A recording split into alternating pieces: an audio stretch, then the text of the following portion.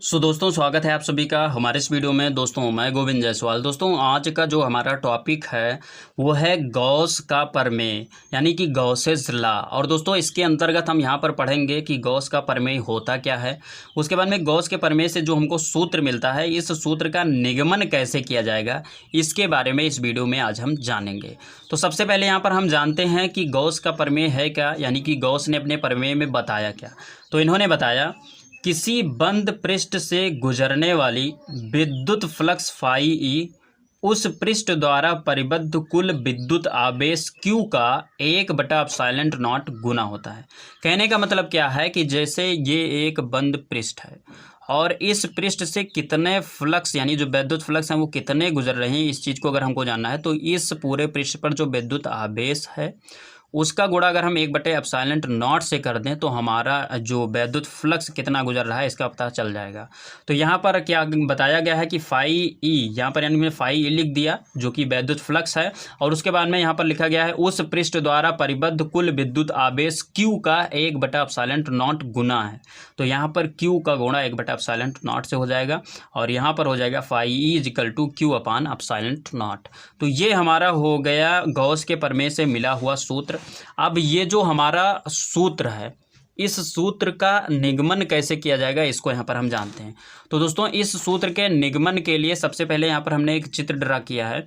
इस चित्र में क्या है कि सबसे पहले तो यहाँ पर हमने एक पूरा एक सरफेस ले लिया है, क्लोज सरफेस, यानी कि क्लोज यहाँ पर एक गोला ले लिया है, और उसके बाद में इसके मध्य में यानी कि इसके भीतर एक बिंदु O है जहाँ पर आवेश की जो मात्रा है वो Q है, और इस O से R दूरी पर बाहर की ओर इस गोलीय जो हमारा पृष्ठ है इसके बाहर ओर हमने एक बिंदु P ले लिया है। यहाँ पर एक बिंदु P ले लिया है और इस P के चारों ओर एक लघु क्षेत्रफल अवयव DA ले लिया है, यानी कि जो हमारा पूरा पृष्ठ है, गोलीय पृष्ठ है, इस पृष्ठ पर बहुत छोटा सा यहाँ पर हमने एक अवयव क्षेत्रफल ले लिया है DA। अब यहाँ पर क्या है कि ये जो हमारा O है, O से R दूरी पर ये P स्थित है, साथ में ये जो O पर Q हमारा आवेश है, इस Q आवेश के कारण जो विद्युत क्षेत्र जो होगा उसका जो डायरेक्शन होगा वो कुछ अभिलंबोत होगा, इस साइड में होगा, यानी कि यहाँ पर वेक्टर E हमारा कुछ इस साइड में हो जाएगा। चुंबकीय यानी जो विद्युत क्षेत्र होता है वो हमारा इस साइड में हो जाएगा। साथ में ये जो हमने यहाँ पर क्षेत्रफल अवयव DA लिया है इसका जो डायरेक्शन होगा वो भी यहाँ पर हो जाएगा। तो यहाँ पर हम वेक्टर DA इसको निरूपित कर सकते हैं। तो यहाँ पर क्या है कि ये जो वेक्टर E है और वेक्टर DA है इनके बीच का जो कोण है वो 0 अंश है। ये चीज़ आपको ध्यान में रखनी है। तो इतना हमारा हो गया। अब यहाँ पर ये जो हमारा पूरा चित्र था इस चीज़ को हमने समझ लिया।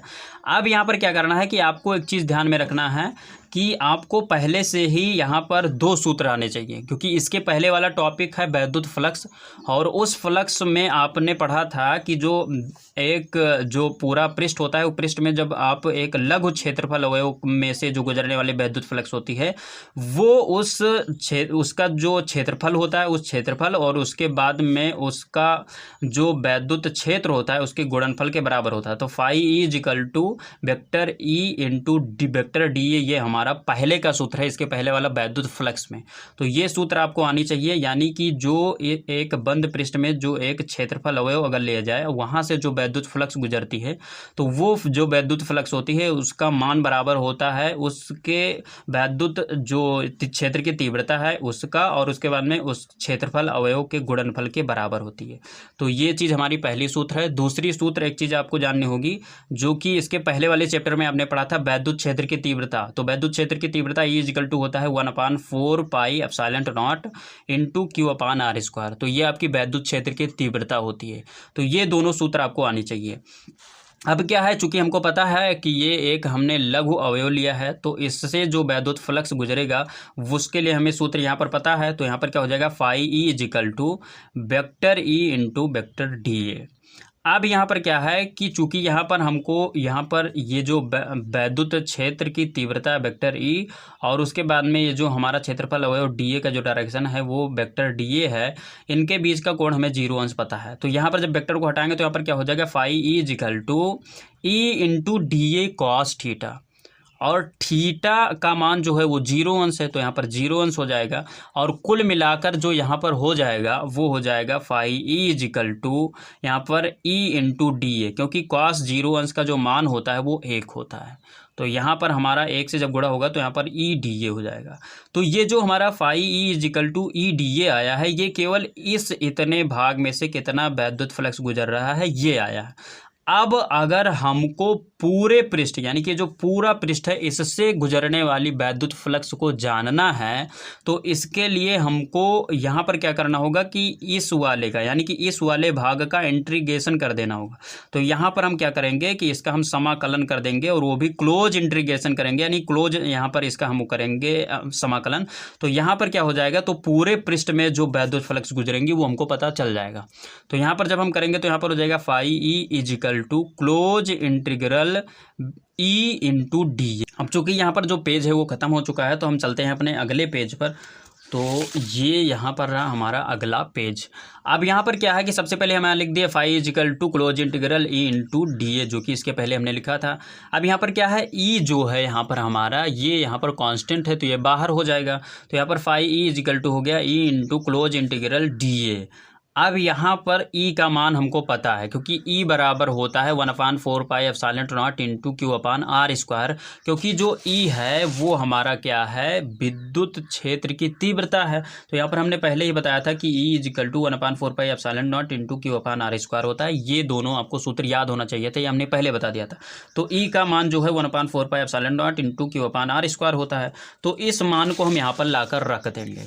तो यहाँ पर हमने रख दिया phi E is equal to 1/4 pi epsilon naught Q upon are square इस ई के स्थान पर। और यहाँ पर ये जो क्लोज इंटीग्रल डी ए है इसका मतलब आप समझिए, क्लोज इंटीग्रल डी ए का मतलब आप समझिए। चूँकि ये जो हमारा डीए था, डीए क्या था, ये जो पूरा क्षेत्रफल था। अब यहाँ पर क्लोज इंटीग्रल डीए का मतलब हो गया कि इस पूरे क्षेत्रफल के लिए बात किया जाता है। तो इस पूरे क्षेत्रफल की अगर बात करें तो ये हमारा पूरा स्फीयर है, और स्फीयर का जो बाहरी क्षेत्रफल, स्फीयर का जो क्षेत्रफल होता है वो हमारा क्या होता है 4 पाई आर स्क्वायर। तो यहाँ पर क्या हो जाएगा, इतना तो हमें जान चुके, ई का मान रख दिया। और इस क्लोज इंटीग्रल डीए का मतलब हो गया कि ये जो हमारा पूरा जो सरफेस था उस पर हमने बात किया, तो उसका जो मान होगा वो 4 पाई आर स्क्वायर हो जाएगा, क्योंकि एक सरफेस का जो क्षेत्रफल होता है वो हमारा 4 पाई आर स्क्वायर होता है। तो ये हमारा हो गया। अब यहाँ पर हम 4 पाई से 4 पाई को कट कर देंगे, आर से आर स्क्वायर को कट कर देंगे, बाकी बचा क्या, ऊपर क्यू नीचे एप्सिलॉन नॉट, हमारा बचा कुल मिलाकर phi E is equal to Q upon epsilon naught. तो ये हमारा हो गया पूरा का पूरा डेरिवेशन, यानी कि पूरा का पूरा हमने सिद्ध कर दिया कि जो हमारा सूत्र है phi equal to Q upon epsilon naught ये कैसे प्रूव होता है। तो दोस्तों उम्मीद करता हूँ ये छोटी सी वीडियो है आप सभी को अच्छी लगी होगी। वीडियो अच्छी लगी तो वीडियो को लाइक कीजिए, और दोस्तों यदि आप नए हमारे चैनल पर तो चैनल को सब्सक्राइब कर प्रेस कर लीजिए बेल आइकन को, जिससे कि आपको नए वीडियो का अपडेट मिलता रहे। तो दोस्तों बस यहीं पर दीजिए इजाज़त। जय हिंद, वंदे मातरम।